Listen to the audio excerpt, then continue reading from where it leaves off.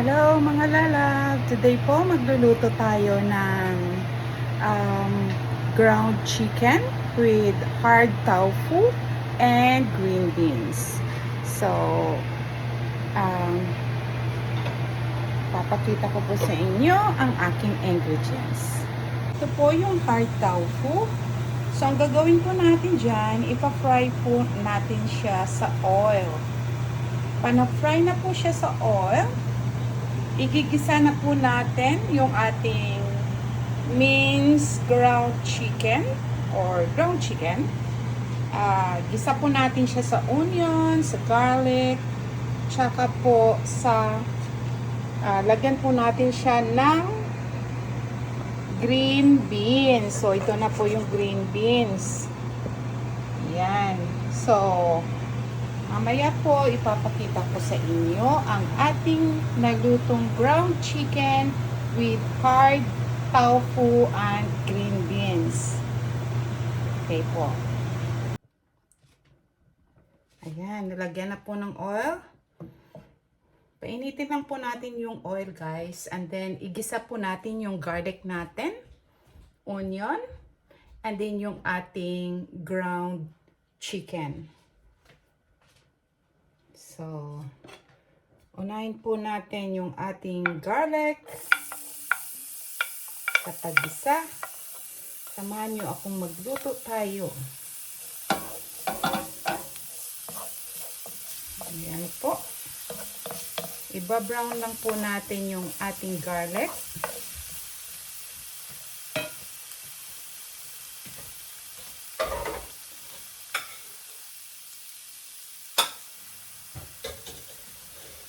So guys, kunti lang po ang nilagay kong garlic kasi yung anak ko hindi masyado siya sa garlic po.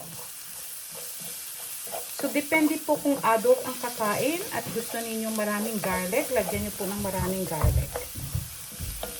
Pero dahil po ako'y magluluto sa aking anak, tsaka ako po 10 years old na anak, mas prefer ko po na kung ano ang magustuhan ng anak ko. Sa akin po okay lang, walang problema. Yan po, ipa-fry natin yung onion natin.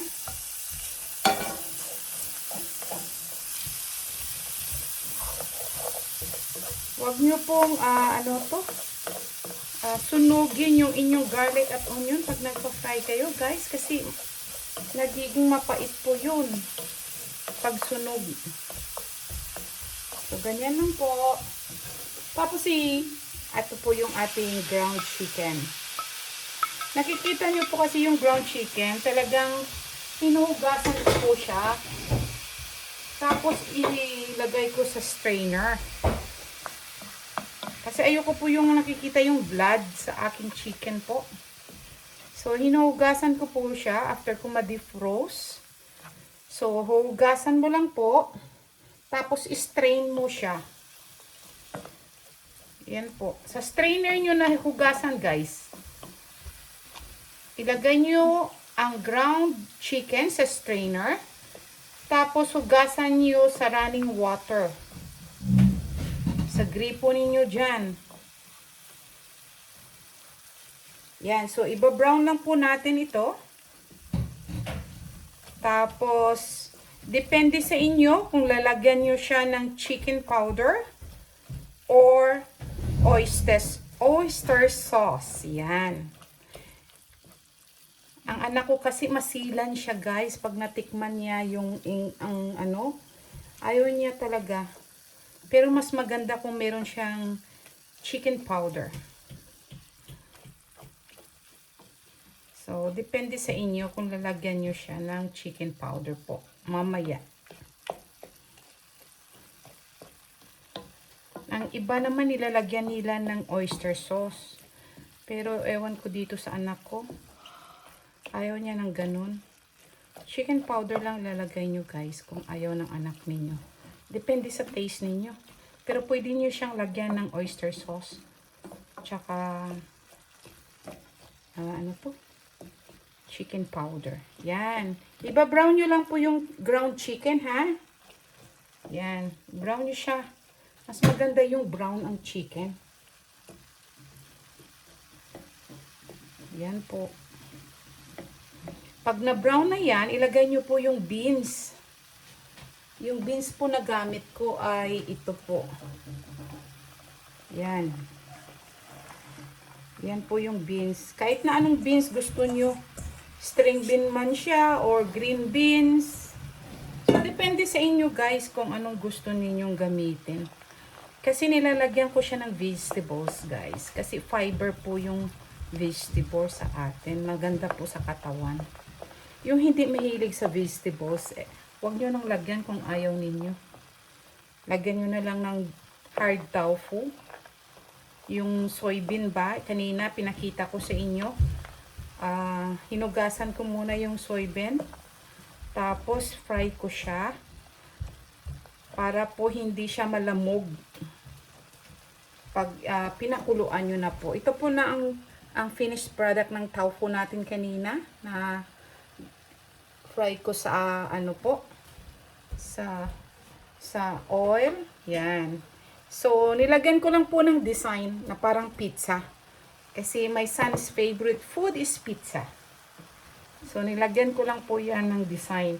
So, depende sa inyo ang tofu nyo kung ano ang paghiwa. Gusto nyo ng pahaba, gusto nyo ng cube, or gusto nyo ng ganito. So, depende sa inyo guys kung anong gusto ninyo. I-change nyo na lang po. Ayan. So, nagbabrown na yung chicken at the same time, niluluto niya po yung ating green beans.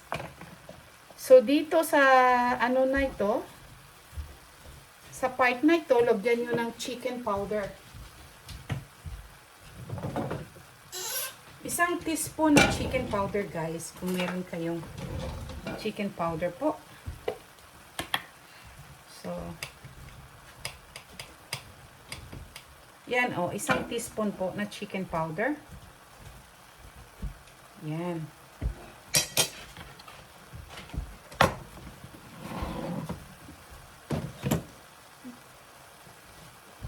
Yan po. Tapos, yan. Isang muli. Tulad ng sinasabi ko, hindi po ako gumagamit ng maraming tubig. Hinahayaan ko po yung vegetables na mag-juice at siya pong magtutubig.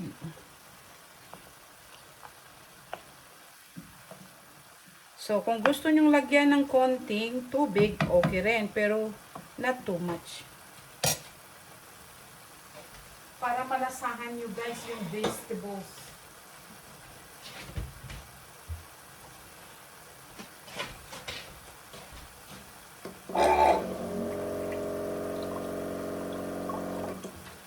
Ayan po, lagyan natin ng tubig na parang ano lang, 1/4 or 3 tablespoon or 4 tablespoon just to cook the chicken.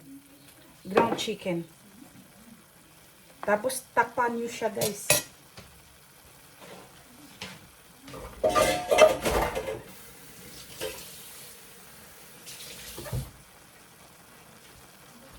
Asan ba yung takip ko kanina? Ayan, takpan nyo siya. Maluto lang, tapos i-medium fire nyo yung ano ninyo. Turn nyo sa medium fire. Ayan, para po maluto yung ating ground chicken tsaka beans. Yan, so mga 10 minutes guys. Bantayan nyo ha, huwag nyong sunugin. Yan, mga 10 minutes siya. So, idugtong natin mamaya. Okay guys, after po ng 5 to 10 minutes nating paglaga sa ating ground chicken at saka green beans, balikan po natin. Guys, ang paglaga po, depende po kung gaano karaming tubig ang inilagay ninyo. Sa akin po, konti lang. Kaya, 5 minutes po ang laga ko. At alam ko naman pong luto na eh. Yung ground chicken tsaka yung beans. Yan po. Luto na po yan. 5 minutes ko lang pong inano yan. Nilaga po para maluto yung ating. Tapos lagyan po natin siya ng dried yung fry natin kaninang tofu, yung hard tofu. Yan. Yan guys, nilagay natin yung fried tofu. Pag nahalo nyo po, i-taste nyo na po siya. Lagyan nyo ng black pepper, tsaka yung salt. Ayan yun ang black pepper, saka salt. O, lagyan ko na po ng salt.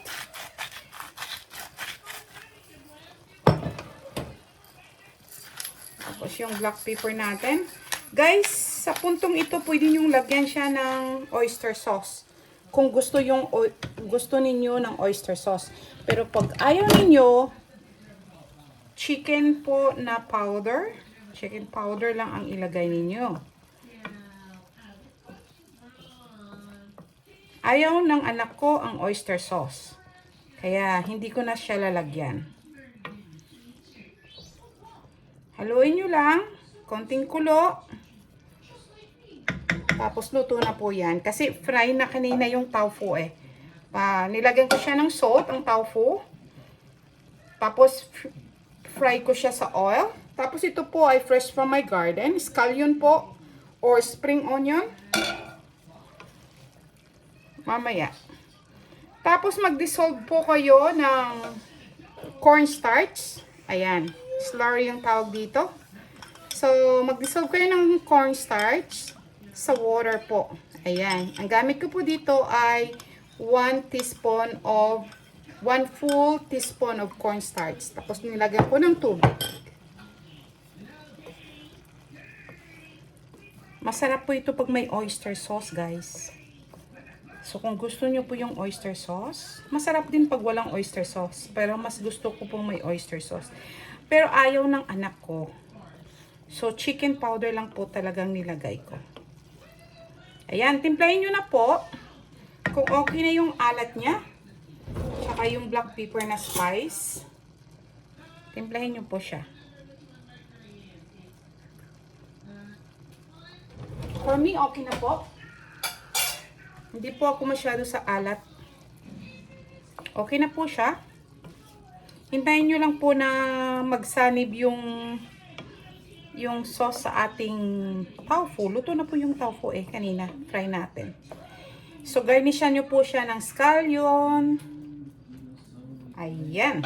So, ilalagay na po natin yung ating dinisolve kanina na cornstarch.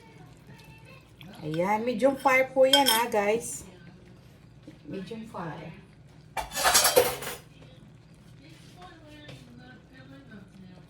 Ayan po. Lalagkit na yung ating konting sauce dyan dahil mayroon po siyang cornstarch. So, garnishan nyo po siya ng scallion or spring onion. Yan po. Ayan na po ang ating ground chicken with hard tofu and beans. Yan. Okay guys, that's perfect. Thank you po for watching. Dahil nagsabi ko po, masarap kung merong oyster sauce. Pero ayaw ng anak ko, kaya hindi ko nilagyan. Okay guys, that's it. Very simple food. Kayang-kaya sa budget nyo yan, mga nanay dyan na stay home. Yan. Okay po, yan na po yung ating menu for today. Yan. Tomorrow, magluluto din po ako ng beef stick. Pero, hindi po siya beef stick pala kasi gagamitin ko yung pork loin.